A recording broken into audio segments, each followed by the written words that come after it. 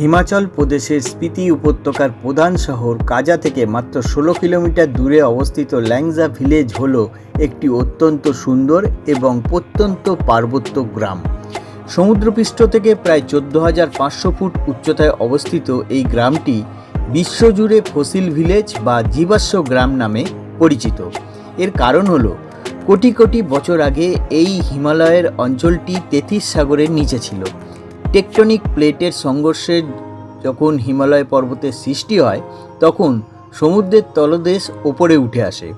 সেই কারণে ল্যাংজা গ্রামের চারপাশে আজও প্রচুর পরিমাণে প্রাচীন সামুদ্রিক প্রাণীর জীবাশ্ম ছড়িয়ে ছিটিয়ে থাকতে দেখা যায়। জিওলজিক্যাল সার্ভে অফ ইন্ডিয়া এটিকে জাতীয় ভূ ঐতিহ্যবাহী স্থান হিসাবে ঘোষণা করেছে।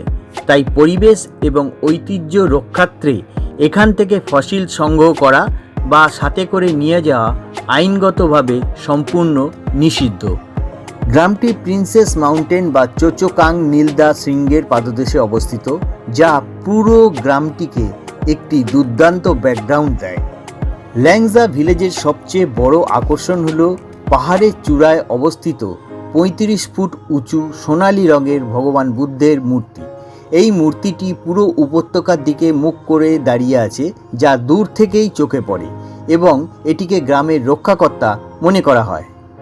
দূষণমুক্ত আকাশ হওয়ার কারণে রাতে এখান থেকে খালি চোখে ছায়াপথ বা মিল্কি ওয়ে দেখা যায়, যা জ্যোতির্বিজ্ঞান প্রেমী ও ফটোগ্রাফারদের জন্য এক স্বর্গসম এনভায়রনমেন্ট। কাজা থেকে গাড়ি বা ট্যাক্সি ভাড়া করে সহজেই এখানে আসা যায়।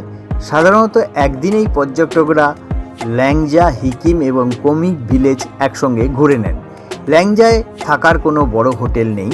কেউ যদি এখানে থাকতে চায় তবে তিব্বতী শৈলীর হোমস্টেই একমাত্র ভরসা। মে থেকে সেপ্টেম্বর মাসের মাঝামাঝি সময় ল্যাংজা ভ্রমণের জন্য সবচেয়ে উপযোগী।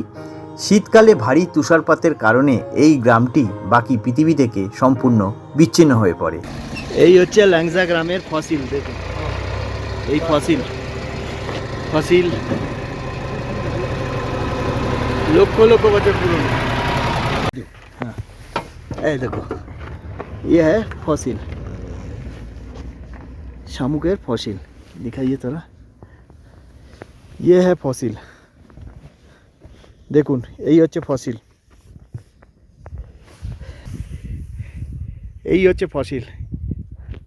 এখানে একটা কাফে আছে, স্পেসিফ কাফে, যেখানে দেখুন এরা ফসিল দিয়ে মানে এদের দোকানটাকে সাজিয়েছে। এই দেখুন ফসিল, এই দেখুন ফসিল, এই স্পেসিফিক কাফেতে ফসিল দিয়ে দোকানটাকে সাজিয়েছে। এটা কি দোকান সাজানোর জিনিস? দেখে আমার খুব খারাপ লাগলো।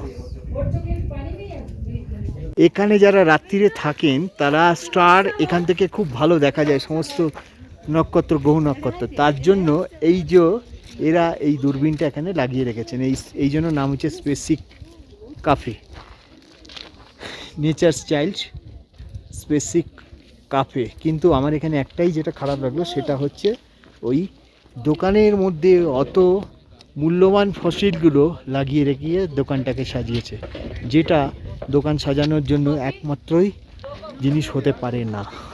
এই হচ্ছে ল্যাংজার আইকন, সেই বুদ্ধ মূর্তি।